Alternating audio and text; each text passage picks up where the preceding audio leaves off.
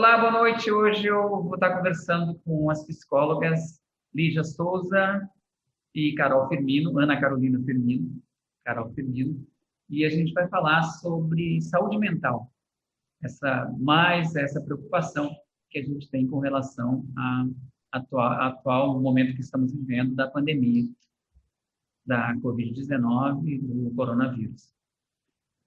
Bom, muito obrigado pela presença de vocês duas. É uma honra para mim, né, estar recebendo. Está pesado aqui, né? O canal está pesado, porque é peso, né? Duas baita psicólogas que eu admiro muito, assim, tenho o maior orgulho de conhecer, assim, uma admiração muito grande. Para mim é uma honra estar recebendo segunda semana do canal e vocês já estarem aqui com a gente.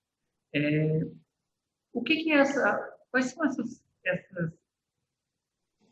esses princípios que afetam muito, quais são essas coisas que acontecem, né, com a doença que mexe tanto com a gente? Essa quarentena, esse confinamento, a própria doença em si, como é que isso passa na cabeça das pessoas? Boa noite, Tuca. Boa noite, Ana.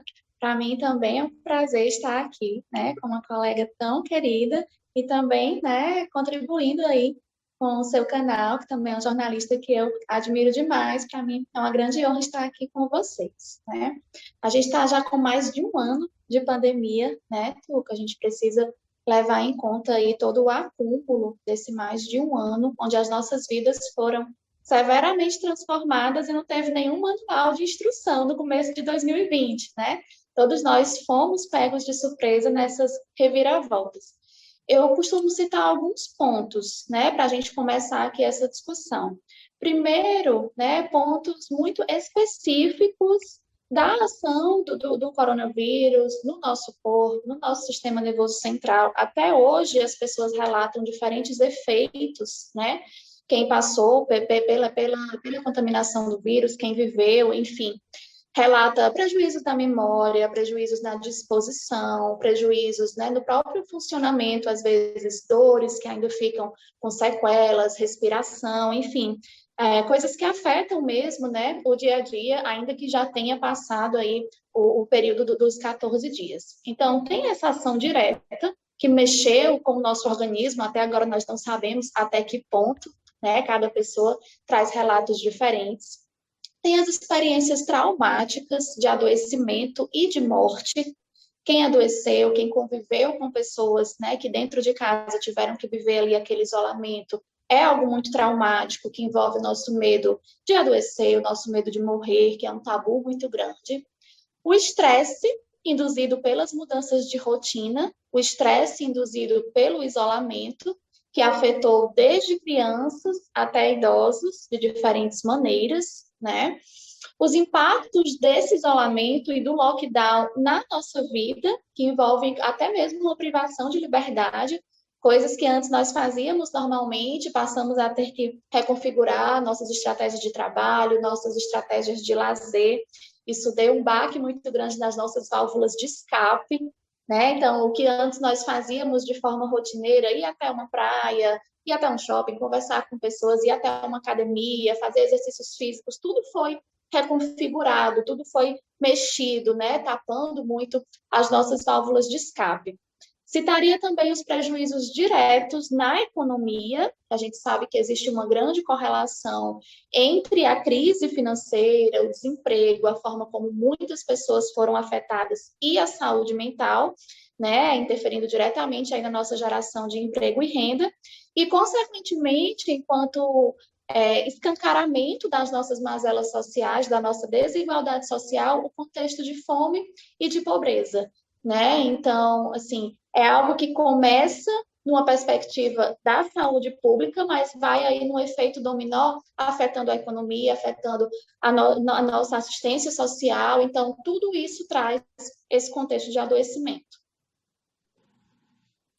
Eu concordo assim, plenamente com o que a Lígia traz, né? E aí, se tratando, por exemplo, da saúde física do corpo, a gente vê realmente relatos de pessoas que tiveram Covid e há 5 meses não sentem o sabor da comida, né?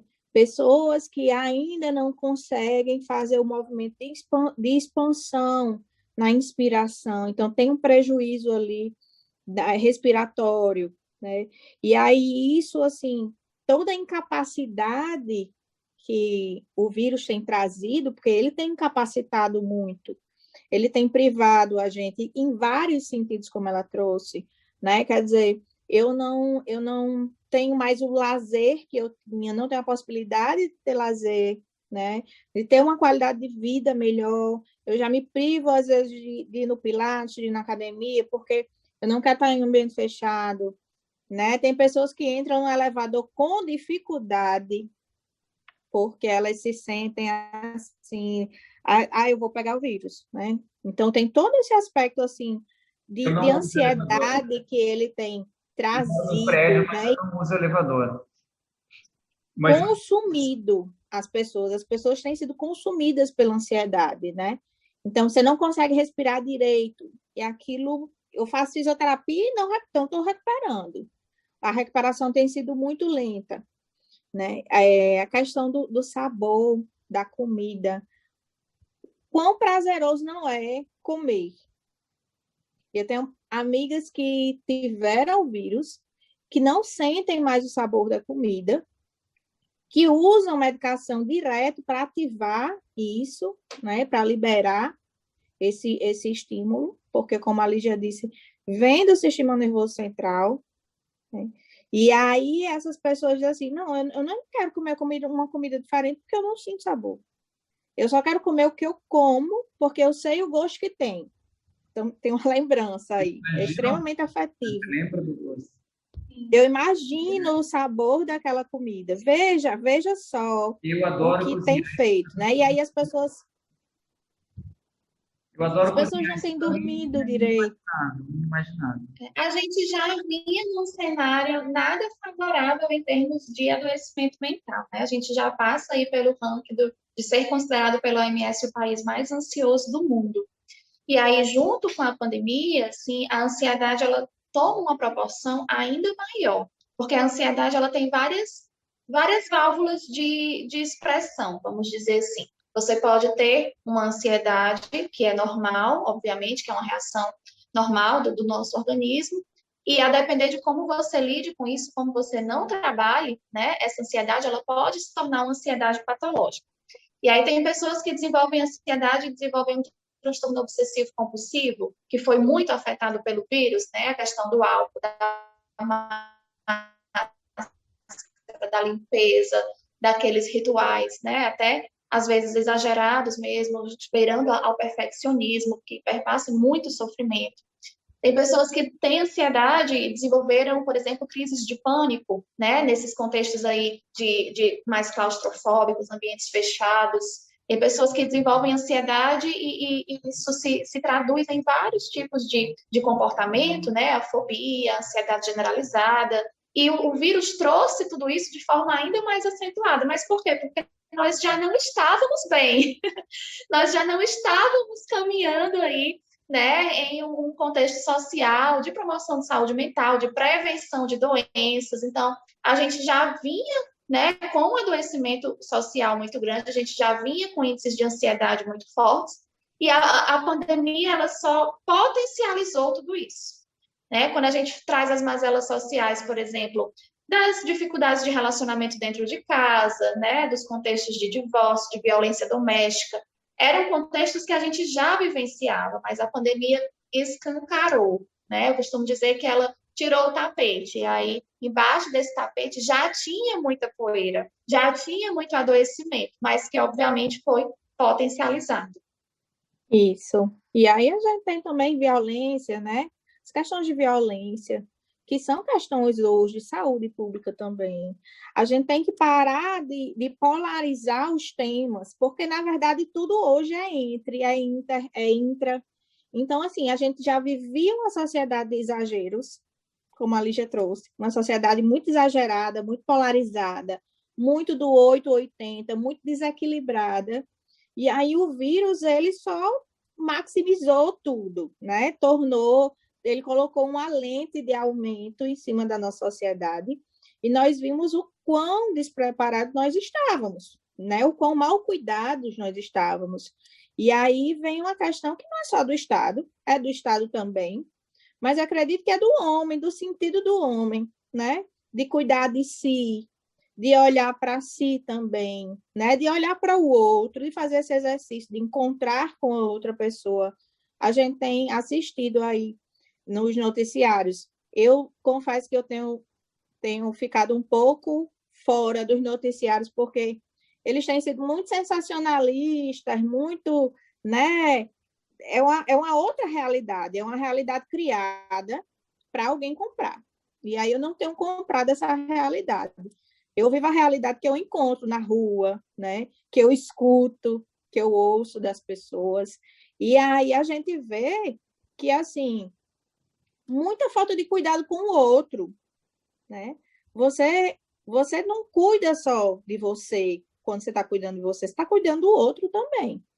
Porque se eu hoje sou vetor, né, para transmitir doença, e eu estou doente e vou ao restaurante, então eu não estou tendo cuidado com o outro, não é só comigo.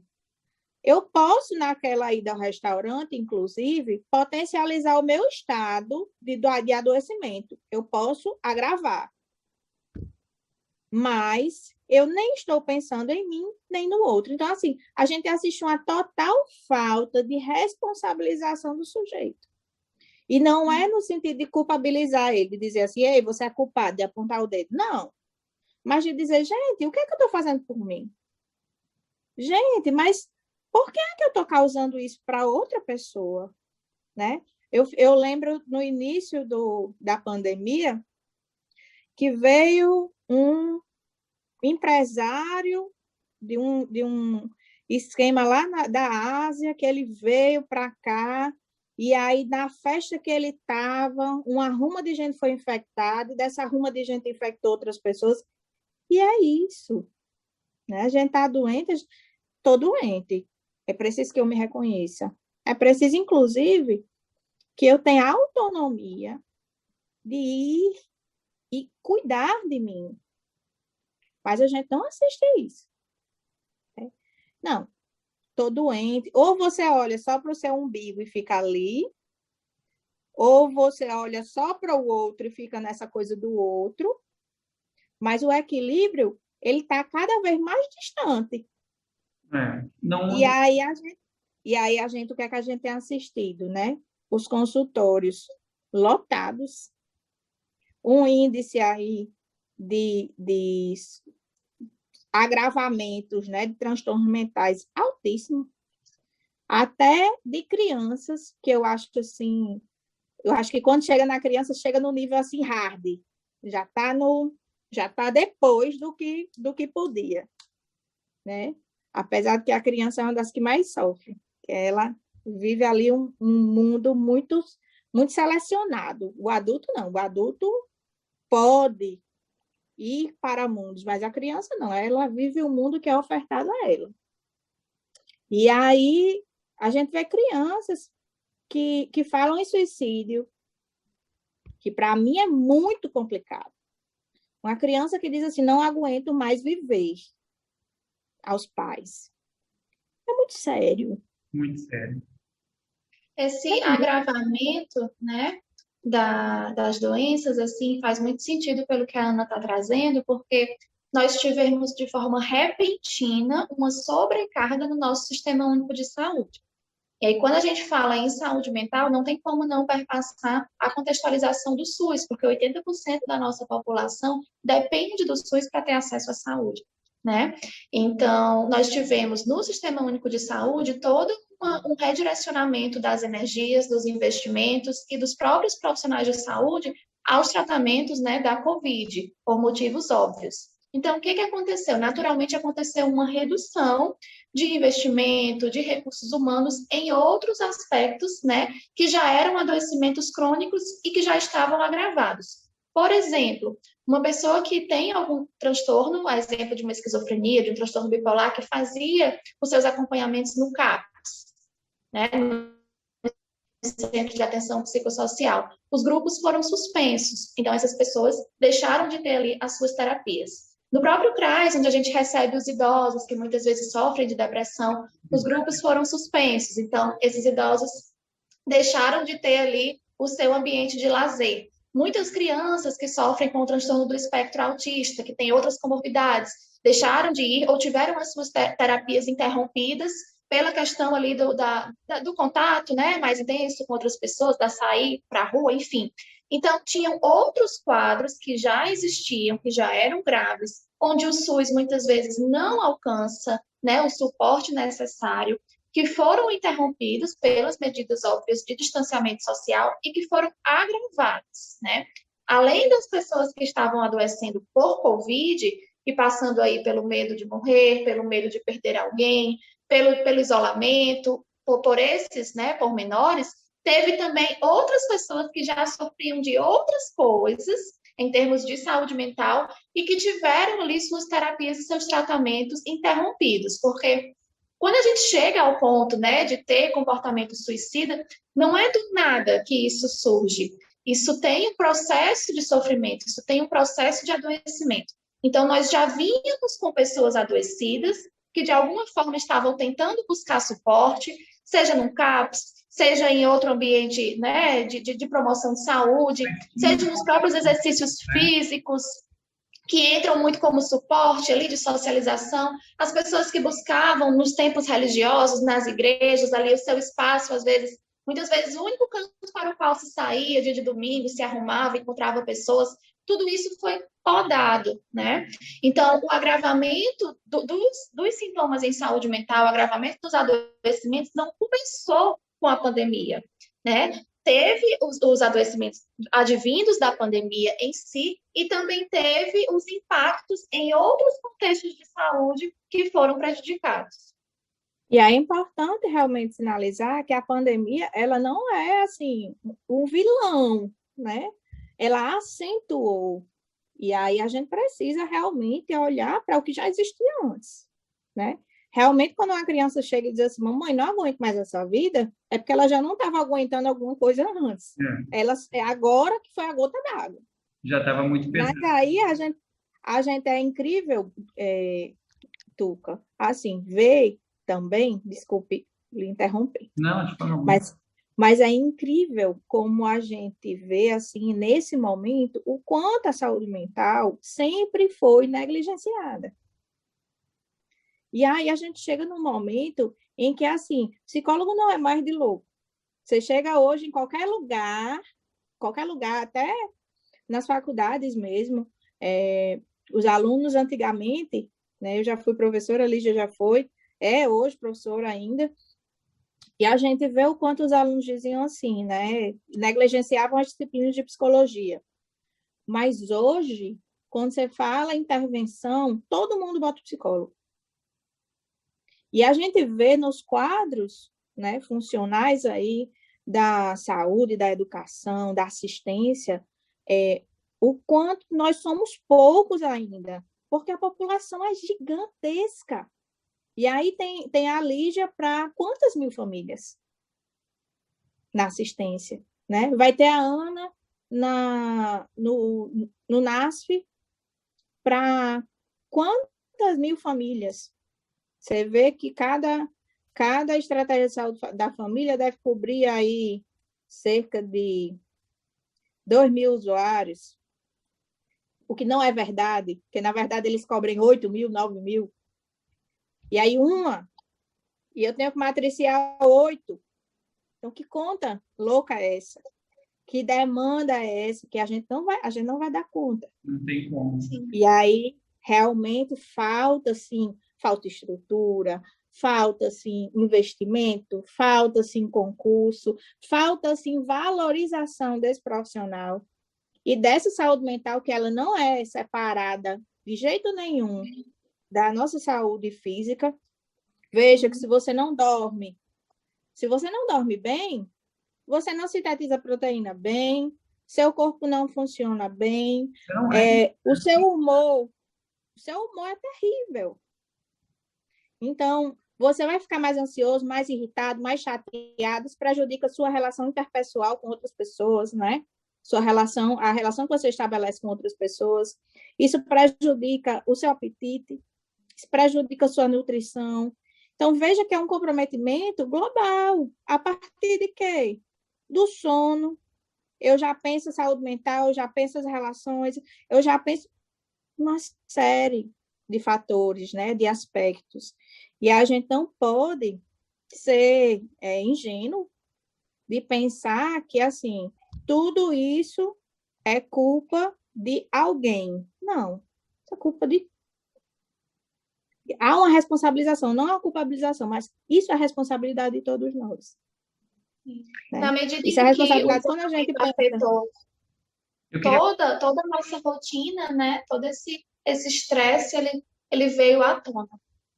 Eu queria colocar uma coisa. Eu lembro quando começou, eu lembro muito bem quando começou, porque eu lembro do primeiro caso, acho que foi 16 de março aqui, e dia 18, foi uma quarta-feira, eu parei de trabalhar. Na época tinha um programa, Empresas e Empreendedores, que eu tinha colocado há pouco tempo, e eu parei as gravações, porque eu ia para a rua gravar e ninguém sabia de nada. E era colocado assim, todo mundo estava parando e dizia, vamos parar até o dia 15 de abril. Eu lembro demais disso. Era uma parada de 30 dias, lembra? Dia 15 de abril todo mundo volta, primeira, segunda semana de abril e tal. E aí todo mundo, só que não foi nada disso. Mas o que eu queria falar era uma outra questão. As pessoas falavam muito assim, essa pandemia vai servir para as pessoas que não são boas, que não têm empatia, que não têm amor, que não têm carinho, elas vão modificar. Elas vão ver a necessidade de estarem mais próximas, de estarem perto e tal. Eu acreditei demais nisso. Eu sempre acreditei. Eu sempre fui muito besta com essas coisas. E acho que ainda sou. Eu acho que a maldade é uma coisa assim que não existe, é rara. Que não existe gente ruim que pensa, que faz estratégia para prejudicar o outro. Eu acho que isso é uma hora de raiva e tal. Enfim, já levei muita pancada com esse meu pensamento, continuo levando. Tem muita gente que briga comigo, minha esposa principalmente. Mas, enfim, minha mãe nem se fala. Eu não vi essa coisa, pelo contrário. Eu acho que quem era ruim está pior. Quem era bom, acho que melhor. Mas eu acho que quem era mal, quem era aquele egoísta, aquele filho da mãe, aquele que não pensava em ninguém, que estava nem aí para ninguém, aumentou o preço do produto, não quis nem saber quem tal. É isso mesmo, é assim, a gente acaba potencializando, é normal que isso aconteça nas pessoas, ou isso já está ali e não tem como reverter? Olha, Tuca, eu confesso que em nenhum momento eu tive essa visão otimista e romântica da coisa. Acho que por lidar tanto aí da periferia ao consultório particular, com tanto adoecimento, assim, em nenhum momento eu tive esse otimismo, porque com as pessoas dentro de casa, com as suas válvulas de escape tapadas, né? Para mim era muito óbvio que isso ia explodir de várias formas, né? Então, pessoas que já tinham aí algum adoecimento, a exemplo, né, de muitos homens que já tinham uma relação difícil com o álcool, tudo isso foi potencializado. Das relações que, de alguma forma, já tinham violência, né? Dentro do contexto de crise econômica, ali com os dois direto dentro de casa, né? Toda essa imprevisibilidade de melhora do contexto, tudo isso foi potencializado. Das relações entre mães e filhos, que muitas vezes havia ali uma dificuldade de comunicação, mas que a rotina às vezes engana um pouco, né? O menino vai para a escola, a mãe vai trabalhar, então acaba passando um pouco o tempo, no final de semana procura um canto para sair. Quando trouxe todo mundo para dentro de casa, essa dificuldade de comunicação foi escancarada. Então, tudo isso escancarou, né? E junto a isso, obviamente, eu sempre relaciono muito o contexto de crise econômica, né? Quem é que fica bem? Quem é que fica em paz? Quando a gente fala fica em casa, quem é que pode ficar em casa? Trabalhe de casa, quem é que pode trabalhar de casa? É um grupo muito restrito, né? Muito privilegiado, que pôde cumprir uma quarentena. Então, as pessoas, de certa forma, foram obrigadas a ficar em casa sem condições disso, né? Sem ter, muitas vezes, a comida para colocar em cima da mesa, sem ter a sua casa como um ambiente seguro, convivendo com um agressor, convivendo com alguém que onde a sua casa não é a segurança, né? Não é o lugar mais seguro. Então, confesso que não tive esse otimismo, né? Assim, até pela própria questão política também, onde a gente viu desde o início uma certa desvalorização, desqualificação da proporção dessa pandemia. É claro que ninguém estava preparado, nenhum país no mundo estava preparado,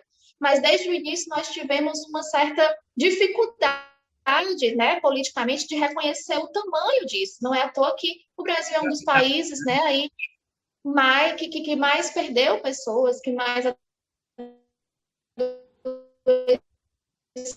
onde mais adoeceu pessoas, com a proporção que tem e com o poder devastador de matar pessoas. Então, pela questão política, pela questão econômica, pela cultura de desvalorização da saúde mental, eu confesso que eu já, de alguma forma, já era pessimista nesse sentido. Eu acredito aí, viu, Lígia, que a gente, na verdade, é realista, né? Isso. Uma pessoa recentemente me ensinou que a gente tem que viver a realidade da vida, né? A gente tem que viver a realidade da vida. Não adianta, não tem outra possibilidade. Assim, eu gosto de pensar, sim, que as pessoas podem mudar, Tuca. Gosto. Mas, assim, não em função disso. A mudança é uma decisão. Então, assim, não é o contexto que decide por você, é você que decide diante de algo, ou não, né? Então, assim, não tem como esse Covid chegar e dizer, fulano, vira a chave, né? Porque eu achei Cicrano, aproveita que você está em casa com seu filho e vai brincar com ele um pouco. Não tem, sabe? Porque a pessoa não estava nem pensando em brincar com o filho, não sabe nem do que o filho brinca, sabe? Não sabe nem o que o filho assiste. Então, quando você chega ali, você olha assim para aquela situação, tá, e aí? Eu conheço pais, assim, né, famílias, na verdade, relato de famílias, né, porque meu pai não fica comigo. Aí vai o pai lá ficar com... Aí o menino vai, se levanta e vai fazer outra coisa.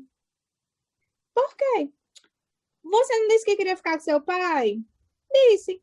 Mas ele ficou lá calado, não fez nada. Não interagiu, né? Não houve uma construção. Não tem. Como a Lígia disse, assim, não é porque você está dentro de casa que agora as coisas vão acontecer. Não é assim. Né? Eu achei. A visão otimista que eu tenho das coisas, assim, é frente à nossa capacidade, né, de adaptação e de transformação. Por bem ou por mal, olha quantas coisas nós não transformamos, ressignificamos, né, de uma hora para outra, ressignificamos a nossa forma de trabalhar, de se comunicar, de assistir uma aula.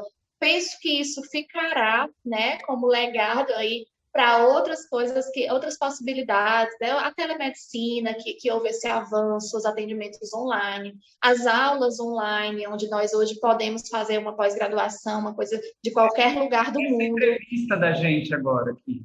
Essa entrevista, né? Essa possibilidade de comunicação. Então, eu tenho esse otimismo de, poxa, fomos resilientes. Todos nós fomos afetados, mas mesmo assim, dentro da realidade de cada um, nós transformamos, né? Nós vimos oportunidades. É claro que, como eu falei, esse é um contexto privilegiado de quem tem acesso à tecnologia, de quem tem acesso à internet, de quem pôde estar incluso, né, nesse mundo digital para pegar esse lado bom da coisa, né, de todos esses avanços que surgiram, que é um contexto muito privilegiado. Mas, em termos de cuidado em saúde mental, acho que falta muito. Porque, como a Ana falou, esse é um processo que ele é voluntário, esse é um processo que ele é pessoal, igual a cartão de crédito, né? Pessoal e intransferível. Não é algo que vem de fora para dentro.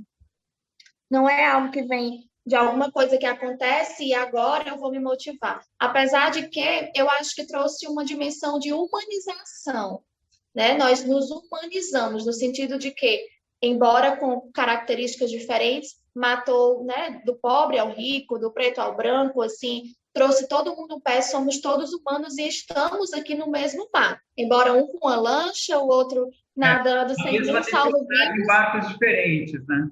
Isso, mas estamos no mesmo mar, todos nós somos humanos, e mesmo que você tenha muito dinheiro, você pode não ter um leito de UTI para sua mãe, né? Então, acho que trouxe essa dimensão de que o dinheiro não compra tudo, de que o poder não compra tudo. Pessoas muito poderosas se viram impotentes. O que antes era resolvido comprando alguma coisa, não tem. Não tem uma vida para comprar, né? Lotou o sistema de saúde. Então, assim, trouxe uma certa humanização, mas que isso não nos garante impacto na É, construção de sentido das eu pessoas. achei que A isso fazia, oportunidade está aí, mas a construção de sentido nem sempre acontece. né? Eu achava que isso ia fazer as pessoas se tocarem. Pô, eu tenho que ser mais empático, eu tenho que pensar no outro, porque é aquela coisa que a Ana falou antes também, da preocupação que você sabe que você pode estar contaminando os outros, você pode estar sendo um vetor. Então, eu achei que a partir daí as pessoas iam, pô, a minha postura, a minha vida, o meu comportamento interfere na vida do outro. Então, é importante que eu tenha um comportamento legal para que as pessoas, eu possa viver mais em comunhão, eu possa viver mais harmonicamente. Mas, enfim, é a A minha gente filosofia. é uma utopia, realmente é uma utopia. E assim, a gente assiste, o que a gente assiste realmente é a continuação de uma sociedade desigual, né? De uma sociedade que é egoísta, de uma sociedade que pensa o dinheiro acima de todas as coisas. Eu tive acesso à informação algum tempo atrás, né? De empresários que estavam tentando comprar vacinas, empresários de saúde, né? Pessoal do setor de saúde, e que estava querendo vender vacina a um preço assim, eu não sei nem, tipo, 10 vezes mais do que o valor de custo, né? Mas é algo que vai fazer o bem a alguém, vai, mas é um bem selecionado. Nem É. todo mundo vai ter acesso a isso. E aí, assim, uma oportunidade de maximizar, né? A gente tem aí outros empresários muito bons, como, por exemplo, a Magazine Luiza. Luísa, Ela adotou Mossoró, fã daquela mulher. adotou Mossoró, Ainda vou entrevistar ela no Tuca Convida. ela adotou Mossoró, né, como uma das cidades aí, para ajudar, né, nesse processo de vacinação. Ela e uma outra instituição que agora realmente me falhou a memória. Mas ela adotou Mossoró, está ajudando aí as unidades, comprou umas caixas térmicas para que as unidades pudessem estar fazendo a vacinação. Então, poxa, que bacana, né?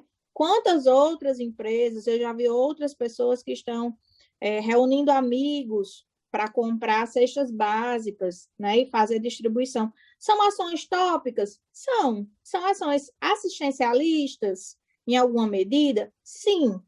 Promove o bem? Também. Resolve? Não. Mas Né? ajuda, né? De alguma forma. Ajuda. Não resolve, mas ajuda. É uma movimentação, é legítima, não estou desvalorizando isso. Claro. Mas a gente, a nível de sistema, né, a nível geral, são ações que alcançam uma parcela assim minúscula. Aí a E gente a gente pensa o vê quanto que é importante valorizar o nosso sistema único de saúde, né? isso muito. Que é, Eu acho que que é para ficou todos. mais forte, sabe? Que eu acho que foi o mais importante. Por exemplo, eu acho que a profissão de vocês foi valorizada, começou a ser reconhecida o valor que ela realmente tem. Porque não faz muito tempo, eu lembro, eu comecei a fazer terapia, eu tenho 57 anos, eu comecei a fazer terapia, acho que eu tinha 35. Mas eu lembro que naquela época, aqui a gente está vivendo aquela época, que em Mossoró que eu vivia, em outros lugares, que psicólogo quem vai é doido, psicólogo quem vai, né, ainda tem muito essa pecha, muito esse estigma, aquela coisa. E viram que a saúde mental é uma coisa tão fundamental como respirar. E a saúde mental faz você respirar melhor ou não, porque vem trabalhar com pessoas que... Mas você sabe que isso é porque saúde mental não vira dinheiro, né? Não vira voto, não vira. E aí assim, tem uma fala politizada aí, sim, claro. Né? Por que que não se investe em saúde mental? É, né? Talvez seja mais lucrativo investir em remédio, investir em médico.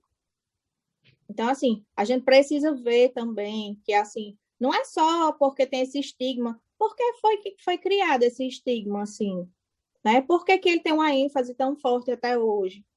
Tem uma fala política por trás disso. E aí eu não levanto aí bandeira de partido, não tenho político de estimação, mas acredito, assim, que a saúde mental, ela é negligenciada há muito tempo, por uma questão também econômica. A gente, como a Lígia disse, a gente não pode desvincular o aspecto econômico da vida do homem, porque, na verdade, hoje, e ele é há muito tempo central, né? O acúmulo de dinheiro, ter poder para fazer. a sociedade capitalista você precisa até para sobreviver.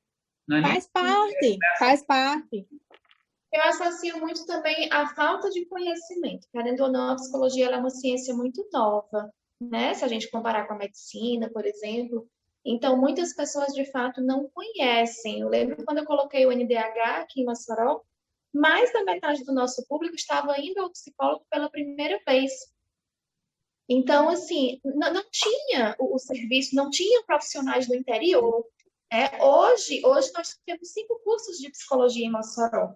Então, é um conhecimento que está chegando, são professores que estão na ativa, são profissionais que estão se formando, e aí, na medida em que o conhecimento chega, os mitos e os tabus se desconstroem. Eu penso que o preconceito, ele vem muito também da falta de conhecimento. As pessoas não sabiam o que era, não sabiam como é que isso poderia me ajudar, qual era a utilidade desse saber. Então, na medida em que o conhecimento foi chegando, as portas foram abrindo. Eu associo muito também à falta de conhecimento. Mas penso também que a nossa profissão ela ainda tem a dificuldade de lidar contra a cultura do imediatismo. Porque as pessoas querem ir ao psicólogo e querem resolver, assim, né? Em uma sessão, em duas, em três. Toma por 7 dias, fica bom, né? Isso, como um antibiótico, assim, que a gente cumpre aquele ciclo de uma semana, né, e está resolvido. E a gente mexe com estrutura de personalidade, de comportamento, que foi reforçada ao longo de toda a vida.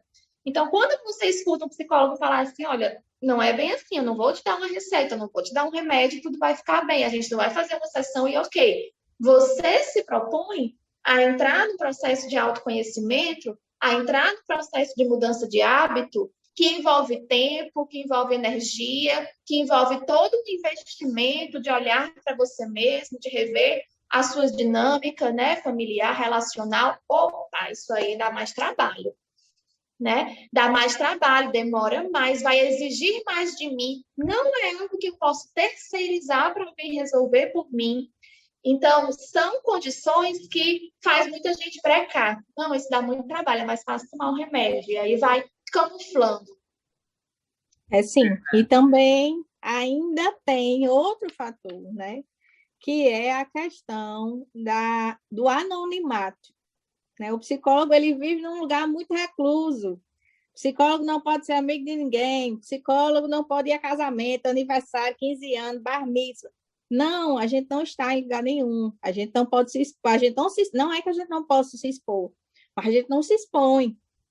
Então, eu lembro até de uma coisa recentemente, ele já estava até querendo mudar a fachada da clínica. E aí o design colocou uma moça na frente da clínica, né? Na fachada, assim, nos adesivos da clínica. E eu olhei assim para aquela moça e disse, Lígia, por que você não coloca uma foto sua? Uma foto daquele ensaio que a gente fez. Aí ela disse assim, homem, eu vou me colocar na frente da clínica. Eu disse, a clínica não é sua, mulher. Aí ela disse, mas é uma coisa assim, eu vou me expor muito. Aí eu disse, mas qual o problema disso? Qual o problema de sinalizar que você está vinculado àquela clínica? Aquela clínica realmente está vinculada à sua imagem. Para todo mundo que sabe, em Mossoró, Lígia Souza atende no NDH. Então, assim, a gente tem essa cultura também de se expor, de não estar, né, de não militar também esse lugar.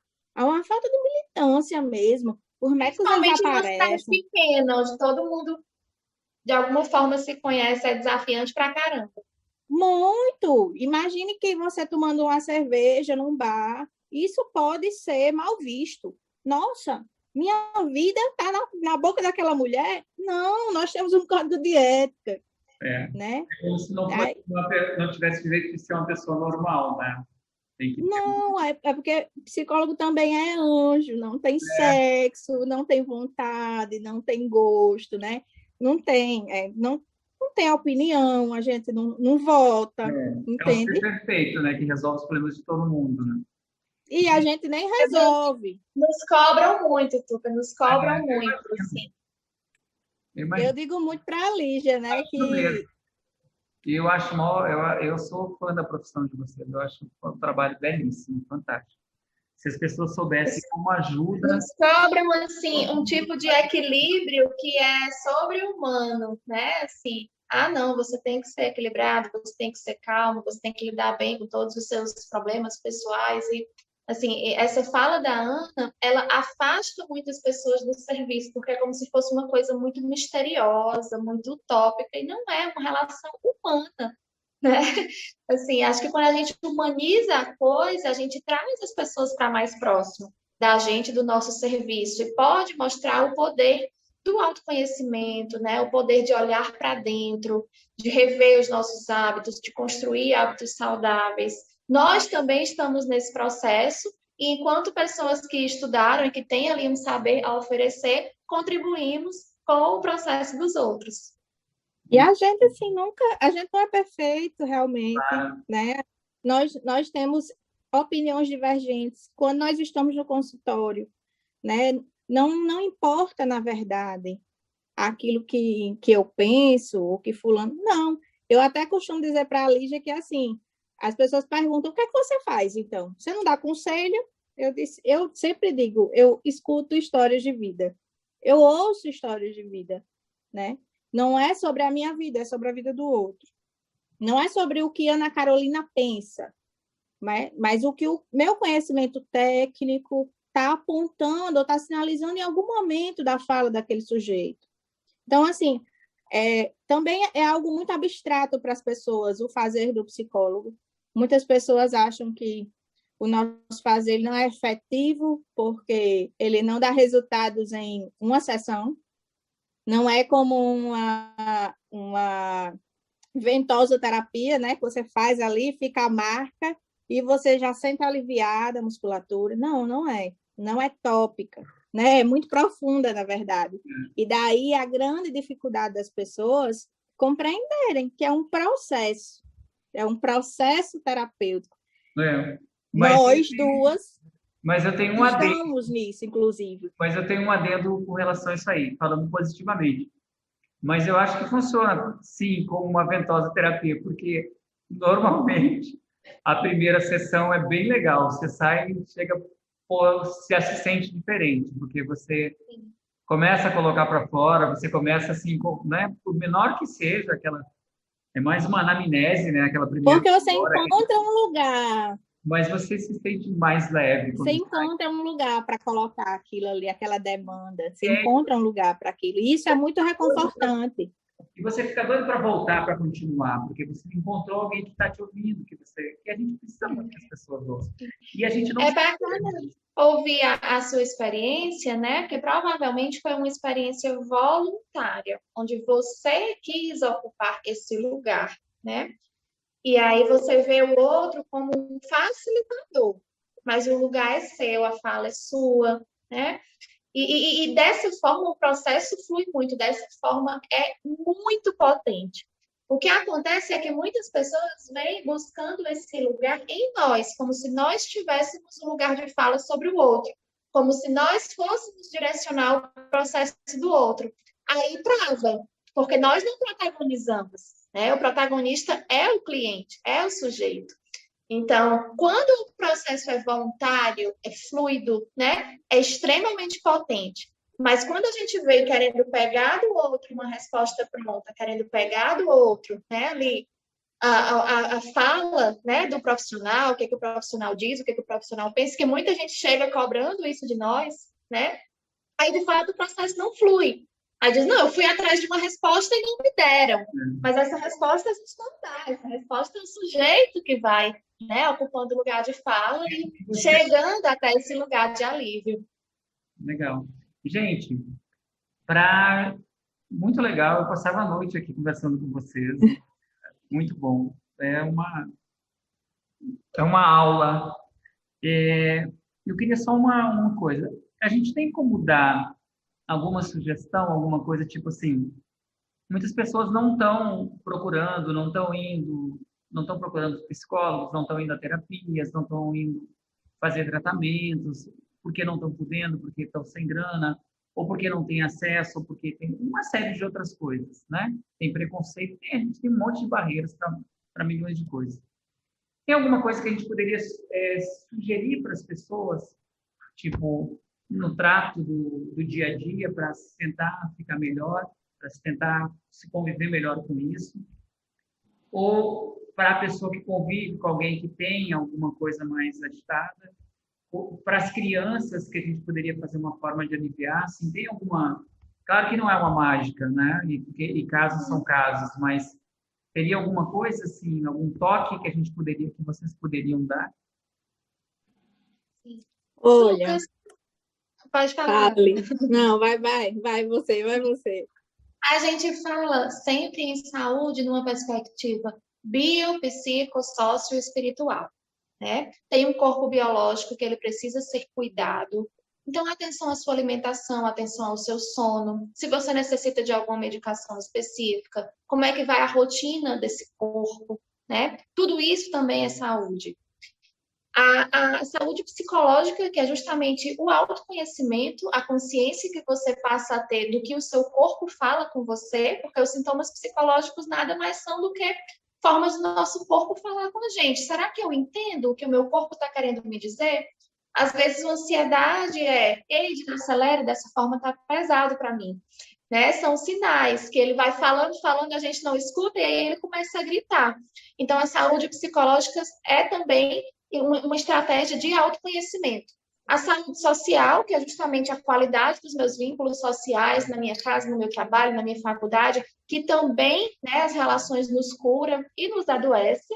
E a saúde espiritual, que para além de qualquer crença ou religião específica, mas algo que faça sentido para você, que você possa lhe fortalecer, lhe motivar, ter esperança em si, no outro, no mundo, em Deus, enfim, dentro daquilo que faz sentido para você. Então, a saúde psicológica ela é uma válvula, né, importante, e quando se tem diagnósticos psiquiátricos, é fundamental, né? Você está com o suporte do médico psiquiatra e do psicólogo. Então, quando a gente tem adoecimento, a gente precisa do suporte profissional. Mas quando a gente tem promoção de saúde, que é o que todos nós estamos buscando, né? Por isso que se aplica a toda e qualquer pessoa, nós temos várias outras estratégias dentro daquilo que é possível para você. Seja uma atividade física, que ele pode ser super terapêutica, uma meditação, atividades com artes, né, com instrumentos, com música, grupos de oração, grupos esportivos, enfim, tudo aquilo que lhe traz potência de vida é estratégia de promoção de saúde mental nesse momento. Então, se há algum adoecimento, busque ajuda profissional, né? Mas se há esse equilíbrio que todos nós estamos tentando, né, nessa corda bamba, alguns dias melhores, outros piores, que também faz parte, essa oscilação de humor faz parte de um humor saudável, isso é uma eterna busca para você se conhecer, para você estar se alimentando melhor, para você estar organizando sua rotina, para você estar buscando ter relações mais saudáveis. Aí essas estratégias aí, cada um que vai construindo dentro das suas possibilidades. Perfeito. Ela é tão completa que eu tenho assim, extrema dificuldade de falar depois dela, porque ela fala assim basicamente tudo, né? Eu fico aqui batendo na esteira para ela, só, enfim. Mas é muito difícil falar depois de Lígia, porque, enfim, mas assim, mas assim, não tem uma receita de bolo, não tem. Nós somos únicos, né? E a gente precisa reconhecer isso. Que o que dá certo para mim, às vezes não dá certo para você. Que o que eu acho bacana, às vezes não dá certo para você. Então, assim, eu costumo dizer que talvez uma coisa muito difícil nessa pandemia seja se reconhecer, se conectar, né, com você. E aí descobrir o que é que você gosta. Porque às vezes a gente gosta do que as pessoas gostam. E não necessariamente eu gosto disso. Talvez esse seja o grande desafio da pandemia. Quando ela enclausurou a gente dentro de casa, a gente se viu obrigado a estar consigo. E às vezes estar consigo é meio difícil, a gente tem que entrar em contato com coisas que a gente não queria. Durante a pandemia, eu adotei um caderno para escrever. Em alguns momentos eu fui, me debrucei, tinha alguns temas que vinham para mim, e aí eu pego e escrever. E isso me ajudou muito, em muitos momentos. Consegui até colocar nas redes sociais, né? Trouxe para reflexão aí de outras pessoas. Consegui alcançar pessoas, que foi muito bacana também, acho isso muito, muito potente. E que me deu muito prazer também, né? Nesses momentos, em geral, a sua respiração não fica mais lenta, né? Você consegue um estado aí de calmaria, porque você está se conectando, você está em processo.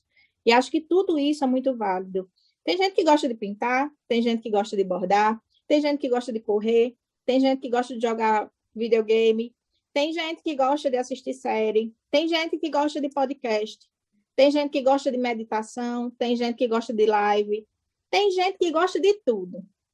Então, assim, se dá prazer, se lhe traz, sabe, essa sensação de bem-estar, de que bom que eu estou fazendo isso. Eu gosto de uma boa xícara de chá quente no final do dia, né? Eu entro no meu quarto bem friozinho, tomo meu chazinho quente e aquilo me conforta. Tem gente que gosta de um bom prato de massa e não tem nada demais nisso, acho massa delicioso. E assim a gente vai descobrindo novas formas, né, de sentir prazer. Às vezes a gente gosta de coisas tão simples, que não necessariamente precisam ser terapêuticas, mas naquele momento são o que a gente precisa. E aí vale a xícara de café, vale o copo de Coca-Cola, vale aquele copo de água bem gelada quando você chega em casa. Mas, assim, é necessário que a gente aprenda a apreciar esses momentos. Poxa, que massa, eu estou tomando aquele café que eu adoro. Poxa, que massa, eu estou conseguindo ver uma plantinha aqui. Ai, planta é maravilhoso. Planta é muito terapêutico. Planta é vida, né? É assim, é muito humano e é muito, sabe, é muito, muito pessoa, assim, sabe? Muito orgânico. É muito, muito bacana ver esse processo de crescimento, de fortalecimento, de cuidado. Então, assim, existem diversas formas, desde comer o cachorro quente até ir à praia passear de jipe, vale tudo. Gente, eu adoro, eu tomo café descafeinado por causa desse meu taquicardia, mas eu tomo quase todo dia, 10, 11 horas da noite, eu tô tomando uma xícara de café desse tamanho. Eu amo café. Acordo com vontade de tomar café. E adoro correr. Correr para mim funciona como uma válvula de escape fantástica. Eu acho massa. Eu penso muito nas coisas. Mas, enfim.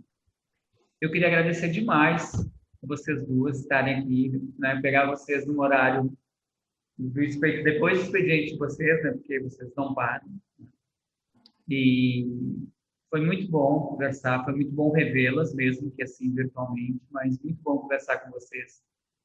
Eu tive quase uma sessão de terapia aqui com vocês. Muita coisa legal, né? E isso ajuda muito, isso conforta muito e abre a cabeça para a gente ver as coisas de uma forma melhor. Mas eu queria agradecer muito e queria colocar o Tuca Viegas Convida à disposição de vocês, à disposição do NPH, para o que vocês quiserem, na hora que vocês quiserem, quando vocês quiserem. Vou estar sempre à disposição. Sempre que tiver uma novidade, eu queria falar sobre um assunto tal, queria tal, vamos mostrar uma coisa que a gente está fazendo aqui agora, tal. Aprendiz também, né? Que a gente tiver de novidade, que a gente tiver legal e tal, porque sempre tem muita coisa boa, muita coisa para mostrar. Vocês estão sempre inovando, vocês são bem visionários, assim, vocês têm uma visão legal de mundo, que eu acho massa, admiro. E eu quero servir como essa ponte para difundir isso para outras pessoas, porque O mais fantástico do conhecimento é que ele seja universalizado, ele tem que ser horizontalizado